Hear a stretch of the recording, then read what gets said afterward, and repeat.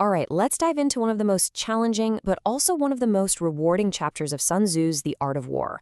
We're talking about Chapter 8, Variation in Tactics.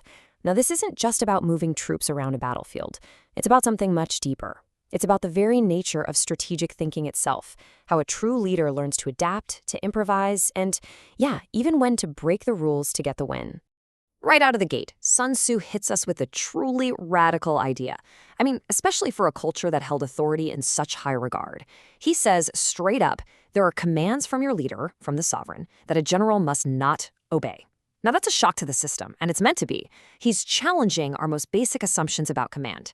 He's making it crystal clear that sometimes victory actually depends on strategic disobedience. So you have to ask, what's the logic behind a statement that bold? Well, before we can even think about breaking the rules, we first have to understand what the rules are, right? And there is a very established, orthodox way to wage war. It all starts at the very top, with the sovereign. This is warfare by the book. It's exactly what you'd expect. The general is an instrument of the state. He's given a mission, he gets his troops together, and he focuses all their power on the objective. This is the foundation, the standard doctrine. It's logical, it's orderly, and it's clear. And here's the twist. Sun Tzu teaches that if you just rigidly stick to that doctrine, no matter how sound it seems on paper, you're heading for disaster. Because a battlefield is a fluid, chaotic place. That straight line you see on the map, it's often the fastest way into a trap.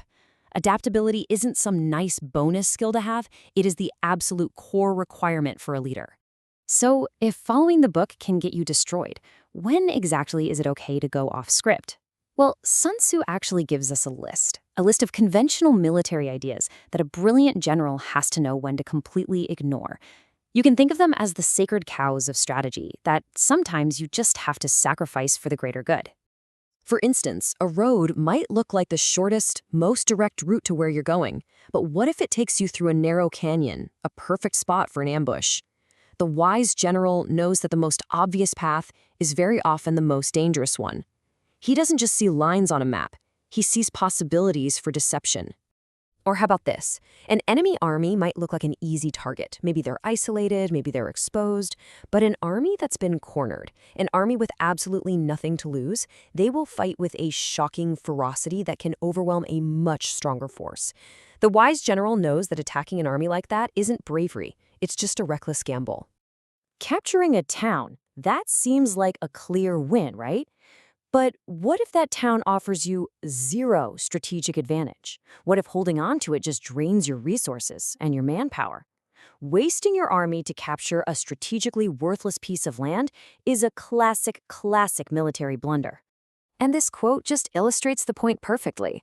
Centuries after Sun Tzu, the great French Marshal Turenne said the exact same thing. The goal isn't just to take ground, the goal is to win the war. A general always has to weigh the cost against the real strategic benefit. Okay, so how does a leader actually know when to follow the rules and when to break them? Well, it takes a very specific kind of mindset. It's almost like a strategic double vision. It's the ability to see two opposing realities at the exact same time.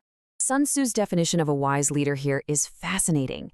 You see, it's not just about being an optimist who spots opportunities. It's the ability to see that inside every single advantage, there's a potential disadvantage, and that in every disadvantage, you can find a hidden opportunity. This is the mental calculus that's always running. When things look good, the wise leader is the one asking, okay, but how could this go wrong? And that tempers his plans. And when things look absolutely terrible, he's asking, where's the opportunity hidden in all this mess, which allows him to escape disaster? It's a constant mental balancing act. Because look, at the end of the day, a general can have perfect maps, flawless intelligence, the best soldiers in the world, but if he doesn't have a versatile mind that can adapt to reality as it changes, all of that knowledge is, well, it's essentially useless. And to really sharpen this point, Sun Tzu gives us the inverse. He shows us the other side of the coin, the 5 dangerous faults, the mental traps that pretty much guarantee a general's defeat. You could call these the pathways to ruin. Every single one of these is a failure of that balance we were just talking about. They represent a mind that just can't blend advantage and disadvantage. And Sun Tzu states it unequivocally. When a leader is killed and his army is destroyed, the cause will always be found among these 5 sins. The reckless general confuses bravery with foolishness and gets lured into traps. The coward is so afraid to lose that he can never win. The quick-tempered leader can be easily provoked into making rash decisions. The honor-obsessed general can be manipulated with simple insults. And the leader who is too worried about his men's comfort will sacrifice long-term victory for short-term ease, which only leads to greater suffering in the end. So what's the ultimate purpose of all this mental discipline, of this variation in tactics? It's not just about being clever or unpredictable. No, the real goal is something far more profound. This might be the most powerful lesson in the entire chapter. True security doesn't come from hoping your enemy makes a mistake. It doesn't come from luck. It comes from your own preparation. You control what you can control, and that's your own readiness, your own adaptability. This is it. This is the end game. By mastering tactical variation, by blending advantage with disadvantage, and by avoiding those 5 fatal flaws, a general can make his position unassailable.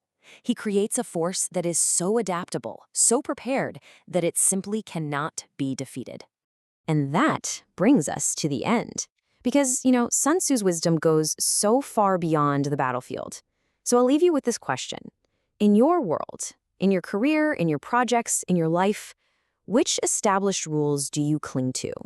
Which sovereign's commands do you obey without question? And which of them, for the sake of your own victory, must you find the wisdom to disobey?